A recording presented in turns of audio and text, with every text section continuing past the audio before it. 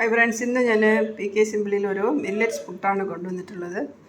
പുട്ടും പഴവും കൂടെ ഒരേ ഇതിൽ നമുക്ക് വേവിച്ചെടുക്കാൻ പറ്റും. അപ്പോൾ അങ്ങനത്തെ ഒരു വീഡിയോ ആണ്. എങ്ങനെ ചെയ്യണം നമുക്ക് നോക്കിയിട്ട് വരാം. PK സിമ്പിളി നാടനിൽ ഇന്നത്തെ ഒരു വീഡിയോ മില്ലറ്റ്സ് മാവിൽ പുട്ട് ചെയ്യാനാണ്. ഇത് എല്ലാ പയറും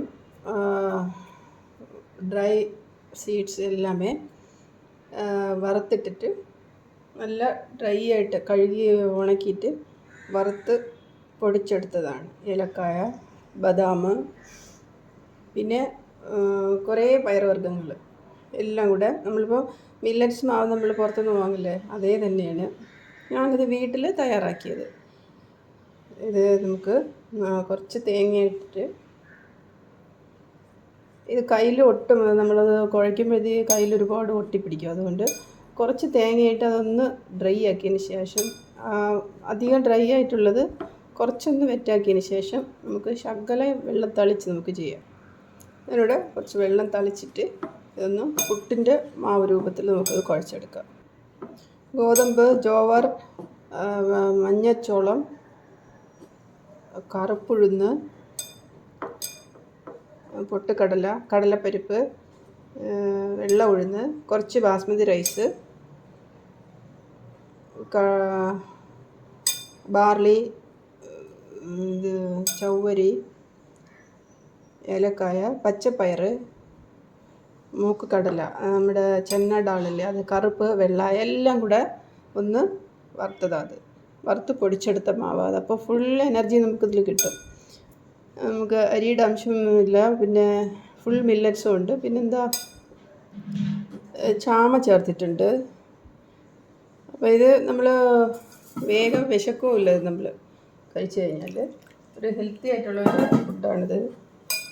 കുറച്ച് ഗോതമ്പ്, ഓട്സ് എല്ലാം കൂടെ ഇട്ട് ഞാനൊന്ന് പൊടിച്ചെടുത്ത മാവാത്. ഇത് കുഴയ്ക്കുന്ന പരുവമാണ്.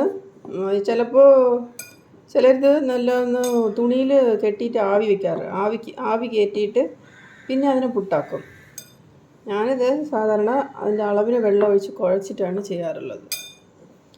ഇപ്പോൾ നമുക്ക് വെള്ളം കുറച്ച് കൂടി പോയാൽ ഇത്തിരി കൂടെ മാവ് കൂടെ ഇട്ട് പിന്നെ അതിനനുസരിച്ചുള്ള ഉപ്പും കൂടെ ഇട്ട് നമുക്ക് കുഴച്ചെടുക്കാം. ഇനി നമുക്ക് ഞാനിത് ചിരട്ടപ്പുട്ടിൻ്റെ ഇതിലാണ് വയ്ക്കണത്. ഇനി നമുക്ക് റെഡിയാക്കാം.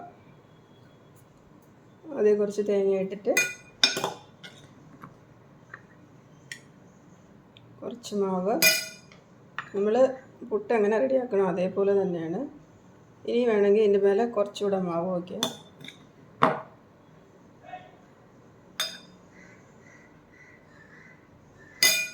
എന്നിട്ട് തേങ്ങയും വെച്ച് നമുക്കത് മൂടിയെടുക്കാം.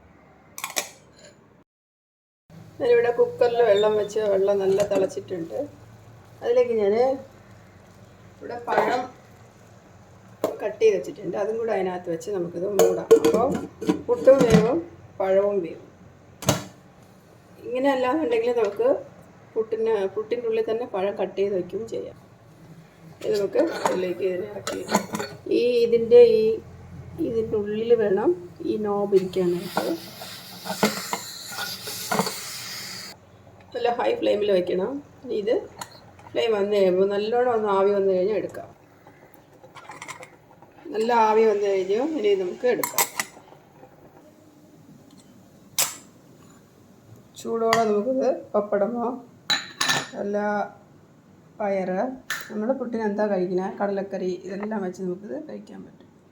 അപ്പോൾ എല്ലാവരും ഒന്ന് ട്രൈ ചെയ്ത് നോക്കും. നല്ല ടേസ്റ്റിയും ഹെൽത്തിയും അല്ലേ. ഈ പൊടി നമുക്ക് വാങ്ങാൻ കിട്ടുമല്ല. അപ്പോൾ അടുത്ത് നല്ലൊരു വീഡിയോ ഇട്ട് വരാൻ വരയ്ക്കും. ബൈ.